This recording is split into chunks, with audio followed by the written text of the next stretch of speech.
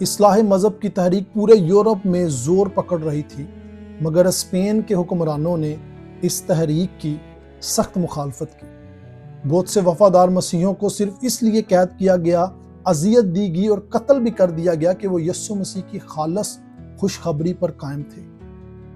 انہی تاریخی اور خطرناک دنوں میں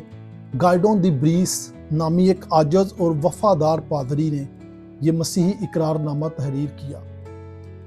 تاکہ بائبل کی روشنی میں صاف اور واضح طور پر بتایا جا سکے کہ اصلاحی کلیسیا یعنی ریفارمڈ کرسچنز، پروٹیسٹنٹس جو ہیں،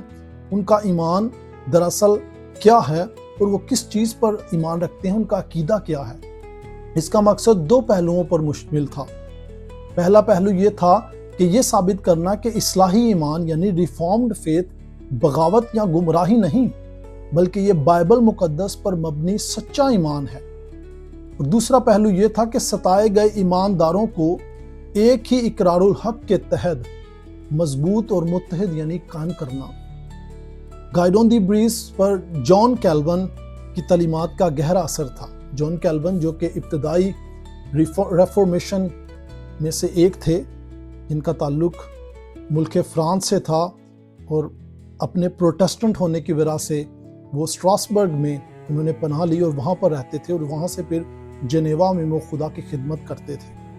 لہٰذا گائیڈون دی بریس جنیوا اور لوزوان جو کہ دونوں آج کے سوئٹزرلینڈ کے شہر ہیں، وہاں پر جان کیلون سے تعلیم حاصل کرتے تھے، اور اس نے کیلون کی تھیولوجیکل تعلیمات سے بہت کچھ سیکھا، جیسے خدا کی حاکمیت، کلام مقدس کی کامل کافیت، مسیح کی مرکزیت اور کلیسیا کی حقیقی پہچان۔ اسی لیے اگرچہ یہ اقرار الایمان یعنی Belgic confession of faith Guido de Bres نے لکھا، مگر حقیقت میں یہ جان کیلون کی الہیات سے متاثر ایک وفادار خلاصہ ہے جو پروٹیسٹنٹ اصلاحی کلیسیاؤں کے ایمان کی روح کو بڑی خوبصورتی سے پیش کرتا ہے۔ یہ اقرار نامہ پہلے فرانسیسی زبان میں لکھا گیا میرے عزیزو، بعد میں اسے ڈچ اور لاطینی جو کہ یورپین لینگویجز تھی ان میں ترجمہ ان کا کیا گیا۔ اس اقرار نامہ میں 37 مختلف مضامین شامل ہیں جو مسیحی عقیدے کے ہر پہلو پر روشنی ڈالتے ہیں، یعنی خدا کی ذات اور کلام سے لے کر مسیح کی شخصیت و کام، مقدس رسوم یعنی سیکرامنٹس، اور آخری عدالت کی امید تک تمام جو بنیادی تعلیمات ہیں ان تمام کو کور کرتے ہیں، ان تمام کے بارے میں یہ بیان کرتے ہیں۔ سن 1567 میں گائیڈون دی بریس کو اس کے ایمان کی خاطر گرفتار کر لیا گیا اور سزائے موت دی گئی۔ میرے عزیزو، قید میں بھی وہ اپنی بیوی اور کلیسیا کو پرسکون اور پر یقین خط لکھتا رہا، جن میں اس نے اسی اقرار نامہ یعنی بیلجک کنفیشن آف فیتھ کی سچائی کی گواہی دی جو اس نے خود تحریر کیا تھا۔ اس کی شہادت نے اس اقرار الایمان کو ہمیشہ کے لیے زندہ کر دیا، اور یہی وجہ ہے کہ آج ریفارمڈ پروٹیسٹنٹ کلیسیاؤں کے لیے یہ اقرار الایمان ایک قیمتی خزانہ بن چکا ہے۔ لہٰذا بیلجک اقرار الایمان، جسے ہم بیلجک کنفیشن آف فیتھ کہتے ہیں انگلش میں، ہائیڈلبرگ کیٹیکزم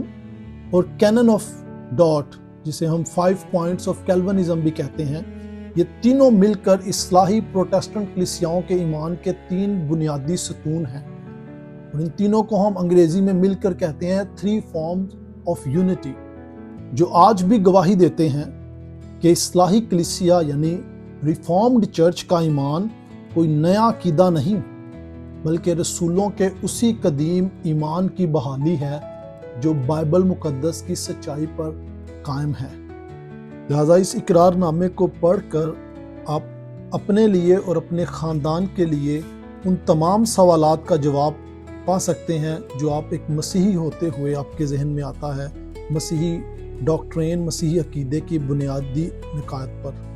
اگر آپ چاہتے ہیں اور اس کو پڑھنا چاہتے ہیں تو ہمارے پاس PDF میں یہ پیپر موجود ہے، یہ ڈاکومنٹ موجود ہے، جو آپ ہماری ویب سائٹ www.reformedbytruth.com سے حاصل کر سکتے ہیں، اور اس کے ساتھ ہی آپ ہائیڈلبرگ کیٹیکزم کی کاپی بھی حاصل کر سکتے ہیں، جس میں بتایا گیا ہے کہ مسیحی عقائد میں کون سی بنیادی تعلیمات ہیں، اور یہ ہر سنڈے لارڈز ڈے کے مطابق جو ہے ان کے سوالات اور جوابات کی شکل میں تشکیل دی گئی ہے، جس کے ساتھ بائبل ریفرنسز بھی ہیں۔ مزید اس کے علاوہ آپ ہماری ویب سائٹ سے بہت سارے مسیح پوڈ کاسٹ اور آرٹیکلز بھی پڑھ سکتے ہیں جو آپ کی مسیح ترقی میں کافی کارآمد ہوں گے۔ اگر آپ کو کسی بھی طرح کا کوئی کویسچن ہو، کوئی ریمارکس ہوں، تو آپ ہم سے رابطہ کر سکتے ہیں۔ خداوند یسوع مسیح ناصری آپ سب کے ساتھ ہو۔